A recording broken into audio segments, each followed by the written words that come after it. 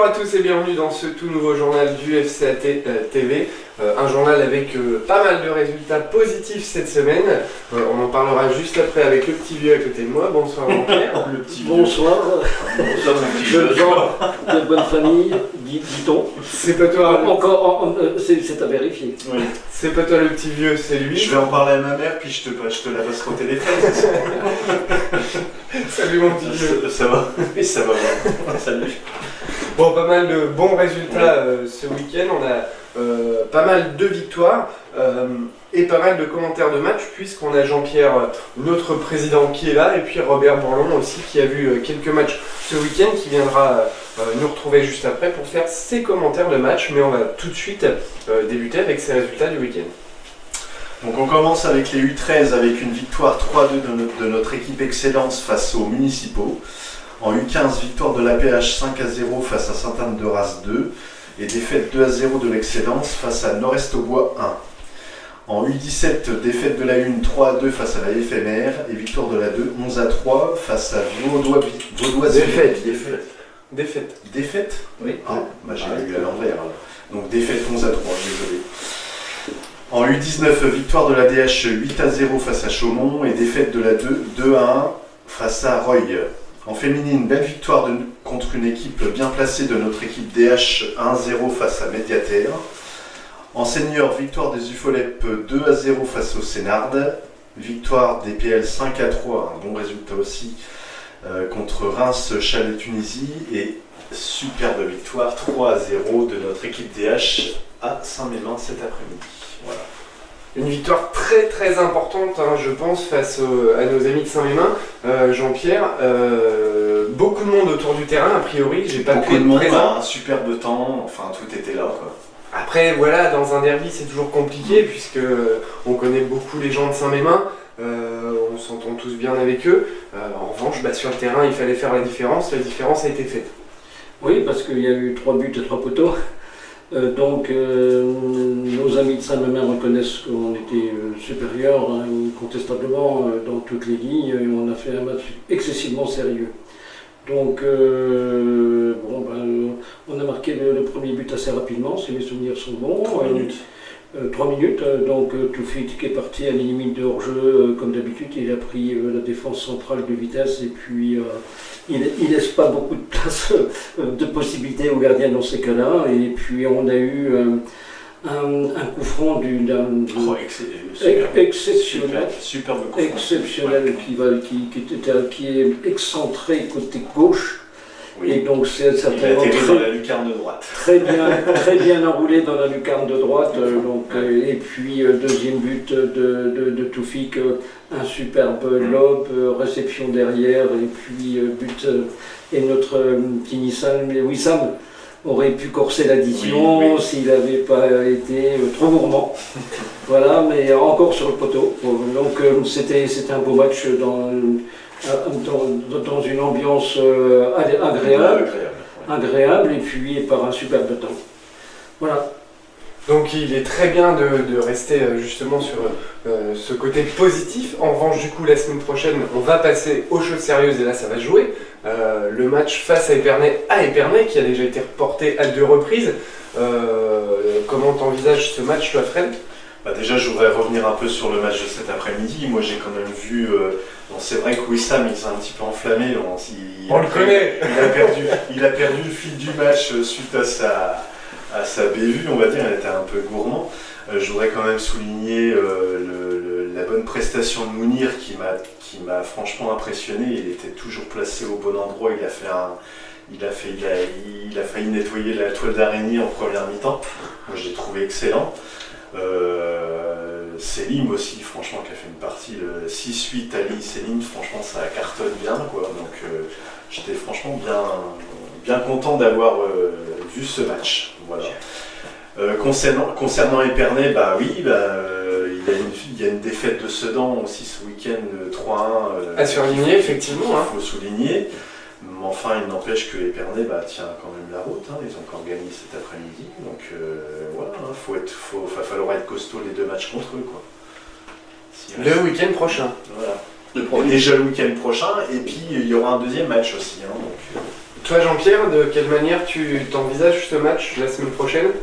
Bon, il faut prendre des matchs au fur et à mesure. Donc l'important c'était déjà Saint-Mémin. Et donc on se place en bonne position et dans un bon mental, dans un bon moral. Et puis j'ai vu une équipe aujourd'hui costaud.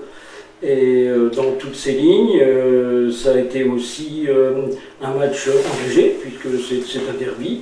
Donc on a, de toute façon, on a une équipe compétitive. Maintenant, un match c'est un match. Comment ça se passera le match dimanche, on verra bien. Hein. Mais de toute façon, ce sera un beau match.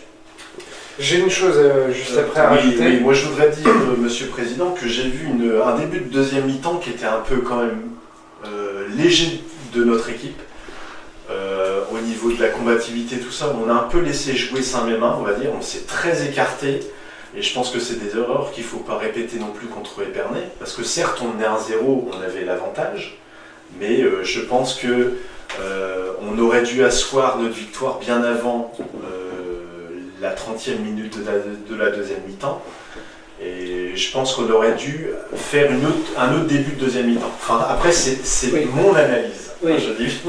Oui, t'as pas compté les poteaux. Ah non, mais moi j'ai compté les poteaux. Oui, mais les poteaux, c'est pas des buts. Non, mais de toute façon, mais par contre, la reprise de volée de Mounir en première mi-temps qui va s'écraser sur le poteau, moi j'ai dit but. Moi je te parle de la deuxième mi-temps. Donc ensuite, dans la deuxième mi-temps, je pense que Saint-Mémin, ils sont fait remonter les bretelles à la mi-temps. Ils sont venus plus fort, ils ont essayé d'être plus agressifs, et je pense qu'on a bien géré. Et donc on a été costaud derrière. Et puis on a un gardien aussi qu'on a recruté parce que c'est un bon gardien. Et il faudra quand même le battre. Hein.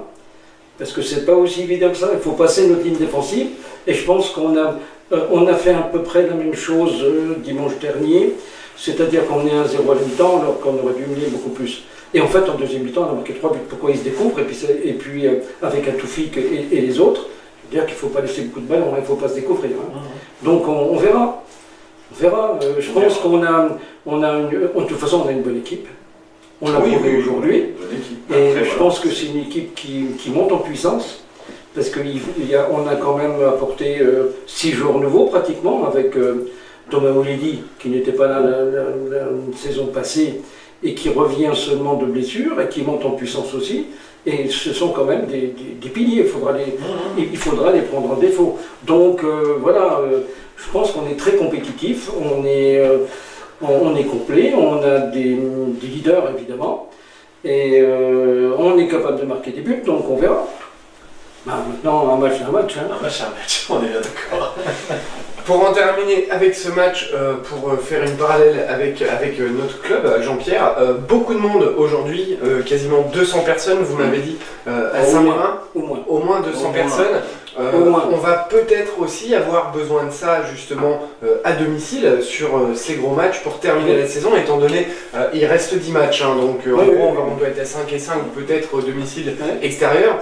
Ces 5 matchs à domicile, il va falloir du monde au stade pour aussi pousser nos joueurs et leur montrer qu'il y a du monde derrière eux, non ? Oui, non, mais absolument, et surtout, encore une fois, Sedan et Épernay, on les recevra. On sera allé chez eux. Donc voilà, dimanche c'est un match important.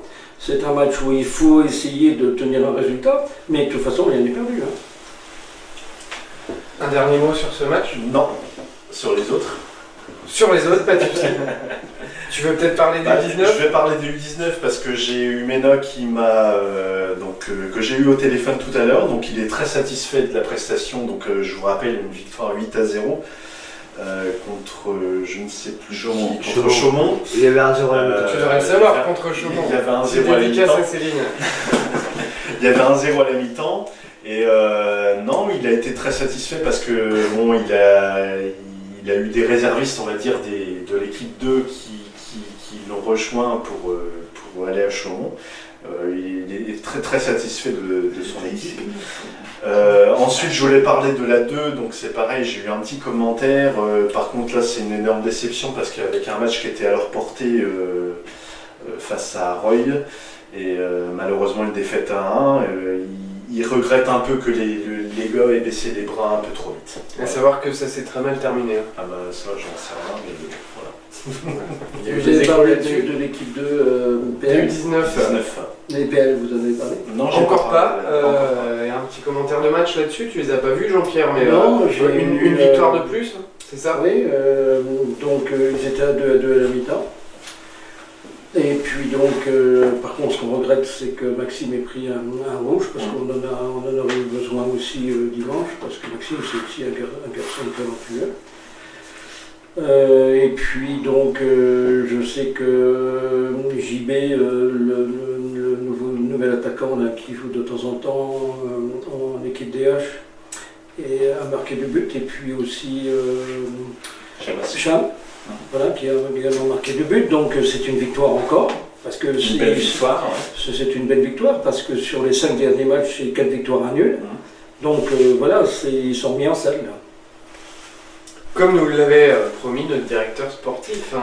Oui, et puis déjà parce que Jean-Louis Mazio, il a tenu ses engagements depuis sa venue ici. Et puis aussi, il faut souligner aussi une belle victoire de la DH féminine contre Médiataire. Effectivement, une équipe qui est très bien placée. Nos féminines, victoire 1-0. Les féminines suivent et progressent, on va dire. Oui, c'est ça, elles suivent les progrès sportifs du club. Je pense qu'il faut les féliciter parce que, donc, a priori, par rapport au classement de l'équipe adverse, c'est une performance. Donc, bravo, et puis qu'elle continue comme ça et qu'elle lâche rien. Bon, c'est bien. Tant mieux pour elle. C'est bien. On va faire une courte page, on se retrouvera juste après. Une courte pause, pardon, page, enlèvement de la page. Une courte pause, on se retrouvera juste après avec Robert Bourlon qui lui également a vu des matchs ce week-end et donc ce qui nous permettra de faire le point sur le restant des matchs. À tout de suite.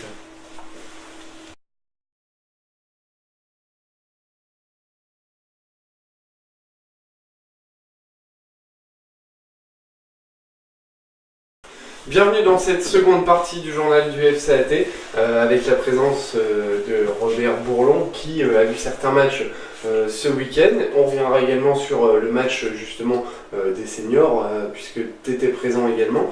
Mais on va d'abord commencer, n'hésite pas à te rapprocher de moi Robert pour être dans le cadre. On va d'abord commencer par ce match des U15 PH que tu as vu face à Sainte-Anne de Reims, hein, si je ne me trompe pas. Avec cette victoire 5-0. Oui, 5-0. Soi-disant qu'il y a 5-1, enfin, sur la feuille de match à 5-0.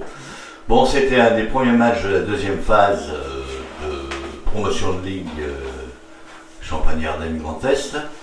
Et là, j'ai vu l'équipe. Alors déjà, quand j'ai regardé les joueurs, je me suis dit, peut-être sur métamorphosés sur le plan physique, parce que de beaux garçons, n'est-ce pas? Donc, qui ont une certaine assise. Et puis, évidemment, quand on est drivé par un ancien professionnel, il est certain justement qu'il y a des méthodes de jeu qui évoluent. Et là, Sébastien Dallet fait un excellent travail. Bon, c'était la réserve, c'est vrai, de Sainte-Anne. Sainte-Anne qui est un des grands clubs formateurs finalement de notre région. Mais une victoire 5-0, je dirais que c'était sans commentaire. Et on a vu des belles actions.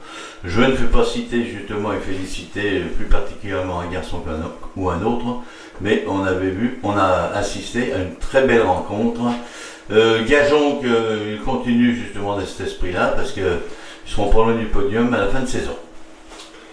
Tu as parlé de Sébastien Dallet qui devrait normalement être dans le journal le week-end prochain, pour le journal de la semaine prochaine. C'est peut-être... Oui, c'est ça que je voulais dire en fait, merci. Donc j'ai rencontré Sébastien cet après-midi, il était à Saint-Mémin et donc je lui ai demandé à ce qu'il vienne nous voir dans le journal. Donc logiquement, il viendrait la semaine prochaine. Donc voilà, donc il faut que je confirme cette semaine, mais ça sera fait. Voilà. Pas de souci, donc il sera là pour nous parler de CU15 et puis de son arrivée au club également, hein, puisque on lui consacrera certainement la deuxième partie rien que pour lui, pour sa venue. Donc si tu nous regardes. On est pour toi. T'es allé voir également les U13 Excellence, Robert, face aux municipaux, c'est ça? Oui, c'est ça. Victoire 3-2 de nos U13, un match à contresens, puisque menés de 2-0, ils sont revenus 3-2 pour réussir à arracher cette victoire, c'est ça? C'est exact, surtout que je suis arrivé, on était mené 0-2, n'est-ce pas? Donc, je dirais très franchement qu'on n'avait pas tous les moyens positifs justement pour dire qu'on va gagner. Et puis, une équipe là aussi qui est drivée par Fred Bonin. Fred Bonin, voilà. Fred, je m'en rappelle, mais je ne me rappelle pas de Bonin. Fred Bonin, qui a su insuffler à ces jeunes gamins justement un second souffle, parce qu'il faut savoir qu'en face, quand même, il y a une très belle école de foot au niveau du club des municipaux, toujours bien entraîné, avec un fond de jeu qui ne se tarit pas, c'est certain. Et puis gagner 3-2, magnifique, très belle victoire. Alors je rajouterai au niveau des U15 aussi que c'est vrai qu'ils ont du pot quand même nos U15, parce que effectivement Sébastien Dallet c'est un ancien pro, tout le monde le connaît, tout le monde l'a connu. Et puis il est assisté également d'un garçon comme Stéphane Drouin. Et bien à tous les deux ils font une belle doublette et ça nous fait énormément plaisir parce que voir des pros avec nous, c'est nous inviter justement à gravir un nouvel échelon puis d'évoluer un peu plus haut. J'aimerais, pendant que Jean-Pierre est encore dans le studio, vienne parler justement un petit peu des U13, puisque tu les as suivis beaucoup. On a beaucoup parlé de ces U13, reste là Robert, puisqu'on va parler un petit peu aussi des seniors avec toi juste après. Mais tu les as beaucoup suivis, ces U13. Tu nous en as beaucoup parlé en début de saison. Et là, t'as pas pu les voir ce week-end, Robert les a vus, mais ça confirme. Je les ai vus aussi. T'étais là, t'as pu y être aussi, mais ça confirme ce début de saison. Oui, donc ils avaient fait un bon début de saison. Ils avaient même réussi à faire un match remarquable contre les Stades, puisque après avoir mené 4-1 contre les Stades, parce qu'ils étaient sur tous les ballons et à la fin ils étaient un peu morts, donc le résultat fait 4 partout. Donc c'est des gamins qui lâchent rien. Et Robert les a vus, ils ont mis le feu pendant 20 minutes. Mais ils ont mis le feu, quoi. Alors qu'ils étaient menés, ils perdaient 1-0 à la mi-temps, ils ont pris un but en début de deuxième mi-temps, et puis après, alors ça vient peut-être aussi de l'intensité de l'entraînement de Fred, parce que ça rigole pas, hein. Attention, hein. Robert les a déjà vus à l'entraînement, c'est quelque chose, hein. Il faut y aller, puis sur le terrain, toi, si tu ne veux pas avancer, je te retire. Hein. C'est vraiment, ils sont drivés de façon à la fois très très rigoureuse. Il sait leur donner le mental, et c'est ce qu'on a vu pendant 20 minutes là. C'était vraiment le feu, quoi. Alors que l'autre équipe, d'abord ils avaient quelques gabarits, et puis comme vous le disiez, et je le confirme, c'est une excellente école de foot, les municipaux. Et contre les municipaux, moi je me souviens quand on jouait autrefois contre eux, on avait du mal, on essayait de ne pas prendre trop de buts, quoi. Donc c'est bien la preuve en fait qu'on monte un peu dans toutes les sections, et ça c'est bien, quoi. C'est en fait c'est le projet sportif qui se met en route. Et donc de quelle manière justement, on va prendre un petit peu de temps pour rester sur ces jeunes, de quelle manière on envisage les années suivantes pour ces jeunes-là, puisqu'on avait parlé en première partie de saison de lycée Édouard Herriot. Bon là c'est bien trop pour eux puisqu'ils sont trop jeunes, mais de quelle manière le club est là pour les orienter par la suite, pour rester dans le foot et les faire continuer, puisque si vraiment c'est une très bonne génération, il faut réussir à les accompagner, ces jeunes-là. Oui, donc de toute façon je pense que notre école de foot en général progresse sur tous les sites. Parce que j'ai entendu tout à l'heure que les U11 avaient aussi de bonnes performances. Donc je crois qu'il faut qu'on monte dans les catégories de championnat. Et si on monte dans les catégories de championnat, on va conserver tous ces jeunes-là. Et on sait que Robert n'avait pas vu l'équipe U15, moi je les avais vus.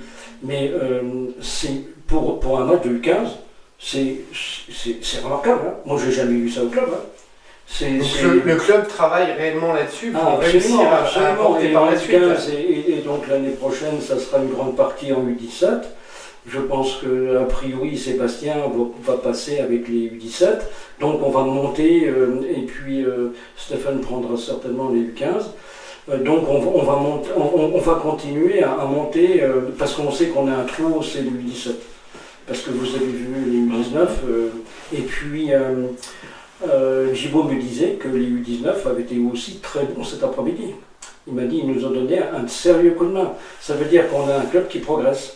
Hein, donc c'est la progression globale du club. Très bien, merci Jean-Pierre. On va refaire un petit tour en senior avec toi Robert, hein, qui était à Saint-Mémin avec des gens que tu connais très bien là-bas, puisque forcément dans le département, dire que tu connais du monde ce serait petit, puisque toi c'est pas que dans le département, c'est quasiment la région Est peut-être, mais presque même la France. Donc ton petit point de vue sur ce match cet après-midi. Oui, déjà que cette rencontre finalement s'est déroulée dans les meilleures conditions. Le soleil. Nous avons également eu un accueil très sympathique. Moi j'ai rencontré l'ancien président de Saint-Mémin. J'ai rencontré d'autres dirigeants de Saint-Mémin qui nous ont très bien accueillis. Et à la fin du match, on dit que nous avons fait une belle prestation. Alors je dirais que c'était une très bonne journée. Et je rajouterais également que, et ceci va dans le sens de ce que vous lanciez tout à l'heure en ce qui concerne justement les prochaines rencontres que nous ferons au Stade Bianchi à Saint-André, il y avait une bonne colonie de supporters du FCAT.